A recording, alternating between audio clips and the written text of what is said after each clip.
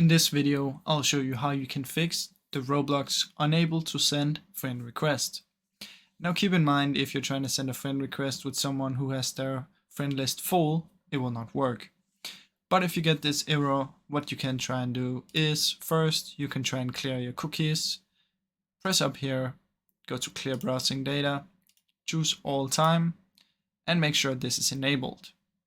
Then press clear data and try and go to your Roblox again. Now another thing you can do is simply try and wait a little bit.